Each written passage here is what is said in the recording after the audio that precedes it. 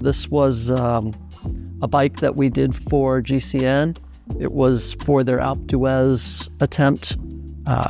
It's an Extralite. We built it at 8.1, 3.7 kilos, which was ridiculously light. They said it's too light. We've always been firm believers in lightweight bikes and the benefits of them, but we've also made no secret that a bike can be too light for purpose. Like, in their opinion, it's kind of like, yeah, it's amazing riding it uphill, but especially when you're sort of riding on the flat or when you're going downhill, it almost feels like you just want to wheelie all the time because it's just so light, and it affects then the handling of sort of how it feels. And they seem to think that the kind of sweet spot for a bike in terms of feeling super light, that it's amazing uphill, but also that it actually still kind of handles all right and doesn't want to just float away. They reckon it's 4.6 kilograms. Yeah, we've always been really adamant that there's a sweet spot for the light stuff. And we find that it's around 10 or 11 pounds, so 4.5 to 5 kilos. This bike being a hill climbing specific one, we can go a little bit lighter than that, but we're not going to go as light as we did when we made it for GCN. So the GCN bike was based around a weight that they saw.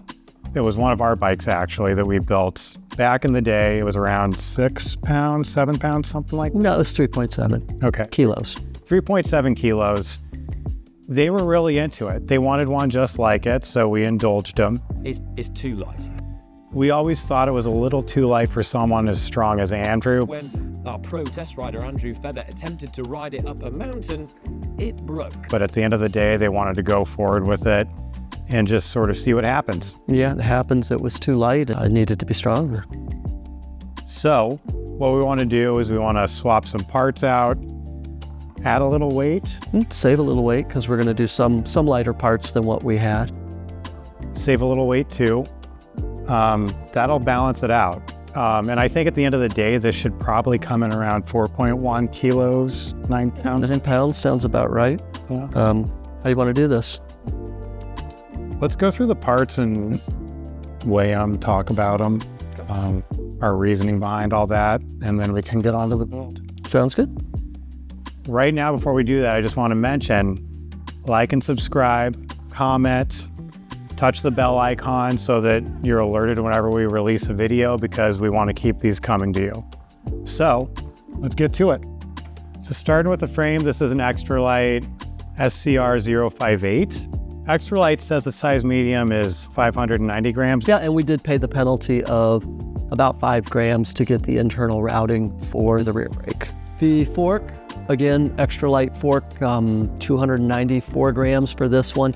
It has been cut. We're going to cut it a little further probably, and it'll get a few grams lighter, but we'll factor that in at the very end. Headset, we're staying with Extralite. This is the Ultra Enlightened headset, and it is 36 grams. The top cap and bolt is an Extralite one. Top cap's a really nice little thin piece of aluminum, then a totally hollow bolt. This comes out to 3 grams for the top cap and bolt. The expander plug is the Ultra Star 2. It's our favorite for the super light builds. This is 5 grams. And then our spacer stack here, these are all 3D printed spacers from Extralite. It's a hyper spacer. These are 5 grams, and we 5 for the set. 5 for the set, which we're planning on perhaps cutting the fork. So we're going to lose some weight on the fork, possibly go down some weight with the spacers too. Staying with the front end, we are going to keep with the same bar we had on the bike, which is a custom Schmolka TLO that they did for us. This is about a 39 center to center. I think Schmolka calls it a 40. It's 139 grams, right around there. And then we are also sticking with the Extralite Hyperstem, and this was coming in at around 78 grams, give or take a fraction of a gram. We did remove the Garmin mount because we're not going to be running a computer on this one. So this is what we did for the saddle and seat post on the GCN bike. It's a Schmolka TLO carbon seat post. This is 110 grams. And then the Extralite Hyper Saddle, which is 47 grams. And then we're going to be replacing it with a Burke custom one-piece, fully integrated saddle and post. And this was like right at 157 grams. You don't really think much about all the weight you cut out when you get rid of the rails, you get rid of the bolts and the cradle and the yoke. Yeah, and so moving to this, I think we save about 34, 35 grams in the saddle and post. Cool. The collar, is this Parts of Passion? I can't. No, that one is Extralites. Ooh, Extralite collar. It's this comes out to 4 grams, just 4 grams. SRAM Red shifters, these are 245 grams. This one has been modified a little bit. The paddle's been taken out of there just because we are running this 1x. The derailleur is 134 grams. We did tune it a little bit. We put the Extralite hyper pulleys in there just to cut a little weight, and they look really good as well. For brakes, we had originally done the AX Lightness Orions, and this was actually their premium brake. It used a carbon spring instead of the metal spring that they had done on their standard version, which saved a few more grams. These were really light. These came in at 119 grams with pads, with holders, with all the hardware to mount them. So we're going to replace the AX with the EE brakes. We wanted a little more modulation, a little more raw stopping power, even though it is a significant weight difference because pads, holders, all the mounting hardware, everything, these are coming in right at 200 grams. So it's about an 80, 81 gram weight gain to switch to these. So on the original bike, we put this really light Recon cassette, 122 grams, one piece, except for the top cog. We went SRAM Red just for shifting quality. This is going to be 179 grams. So the difference was?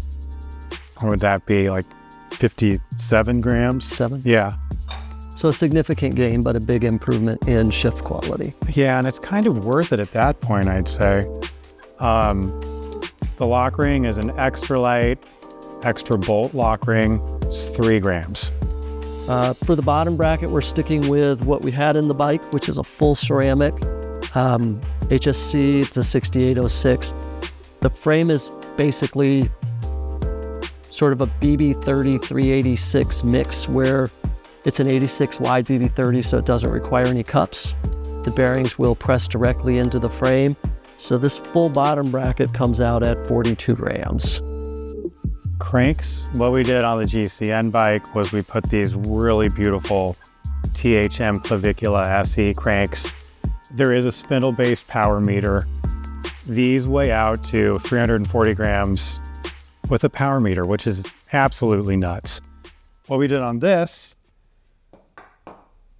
new version of the build, we went with our favorite new super light road crank. We did have to drop the power meter. The Grigio Carbonio is 254 grams. So we saved 86 grams. And they look really good. And I think add a nice little touch to the bike. For the rings, I mean, obviously we're going to have to replace the fiber light ring. It did break a tooth for, Andrew just being such a strong rider.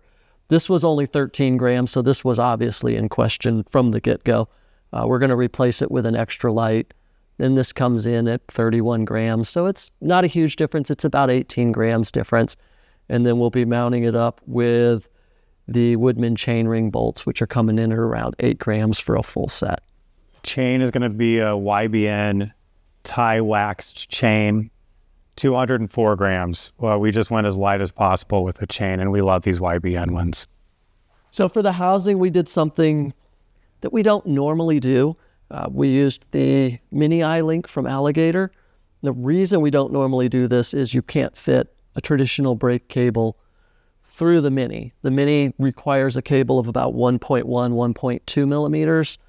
And so brake cable just doesn't fit through it and move smoothly. So we will be running a smaller cable. We'll be using a shift cable for braking. And we've actually got these little tips made that will convert the shift cable to a brake cable. It's a risky move, but for a bike that's going to be just a hill climb bike and it's not for bombing back down the mountains, it's going to be okay. In this case, we feel confident that the cables will last, and even if one breaks, you've still got a second brake to slow you down. So it's worth probably 30 grams of weight savings by going to the mini with a shift cable versus running a traditional brake cable setup in it. For the skewers, we went again with Extralite. We did the streeters. These are just an incredibly light, really cool QR that we like to use on basically all the builds we do that have quick release skewers at this point. There's not a lot of them anymore these days, but for the set, these are 28 grams. Yeah, and you can go lighter without quick release handles on them, but the convenience of having a quick release really seems to be something we like. Wheels. This is a really cool wheel set. It's a hill climbing specific set. This is kind of a one-off. What they did was Extralite took their carbon tubular rim and they laced it to the Cyber hub set with carbon spokes. Normally on their hill climb wheel set, they'll use bird spokes, which is still really cool, but they indulged us. They did something special. The set as a whole comes out to 688 grams, which is a little lighter than their Cyber climb wheel set. So that's really cool. It's probably worth the mention that it is a triplet lacing, so there's twice as many spokes on the drive side as the non-drive side. And it does come with ceramic bearings as well. And in that 688, it's something I just kind of want to throw out there is until I started working with tubular stuff, I never, when I was like guesstimating weights, I never thought about the weight of the tubular glue. You're looking at about 20 grams heavier for the wheel set once the glue's on there, but still very light wheel set. Significantly more if you're using tape versus glue as well. Yes, yeah. The tires we had on the GCN bike are these Vittoria Winds. They're 386 grams for the set. This one, we went with the VeloFlex tubular. 625 grams for the set, which is quite a bit more than this one. But I mean, in the world of tires, these are still... It's still super light, and these super light. These are marked as a 23 Pista, but when I put calipers on them, it was actually closer to 21 mil. And these are listed as a 28, and they're probably going to blow up closer to 30. So it's a significant difference in the size of the tire. We'll run lower pressure, so we'll reduce rolling resistance, which will compensate for some of the weight gain there. I think the only other thing we didn't get were the bar end plugs. We're moving from our house branded ones, which were, I think, 4 or 5 grams, something like that, to the hollow Extralite one, which are 2 grams for a set. It's not a huge difference, but they have a nice clean look, and you know, every gram helps. So as is customary with like the featherweight builds, we're doing cloth tape instead of like a foam or leather or something like that. This roll is 40.6 grams. So we'll weigh it before and after and get an exact weight on the amount of tape that's on the bike. Should be around 12, 15 grams, usually something like that. All right, so we went over the parts.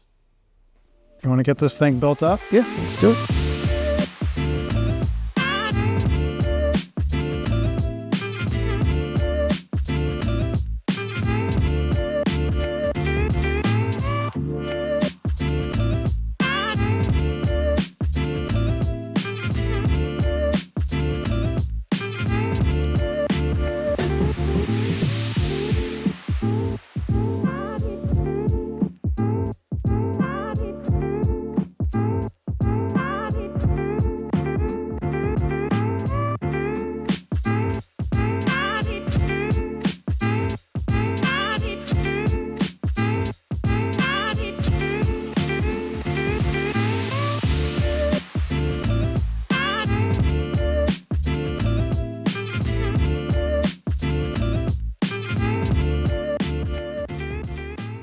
Here is the finished bike. I wanted to do this so you guys can get a better look at it.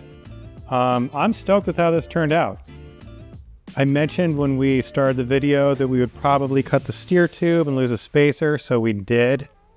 We cut 6 grams in that alone. It looks really snazzy. You know, we talked about how the sweet spot is 10, 11 pounds. I think we probably came in We're way under that. Way under, yeah. But still good enough for a daily rider. Great for a daily riding hill climb bike. Yeah. So, yeah, what about those pedals? So we didn't talk about the pedals earlier. We decided to go with these. These aren't something you'll see every day. This was a pedal from quite a few years ago from M2 Racer, but it's still my favorite pedal. I've got 6 or 8 sets of them, and it's all I run on road bikes. It's not quite as light as the Extralites that were on it, but it's far more user-friendly. It's walkable cleats. It's got built-in float. It's a 360-degree entry. It's a really easy pedal to use, and it still comes in at only 99 grams. And the only other thing was the tape. I think we were going to touch on the weight of the tape that ended up on the bike. Yes, indeed. The tape, 13.5 grams. Is that what it was? Yep.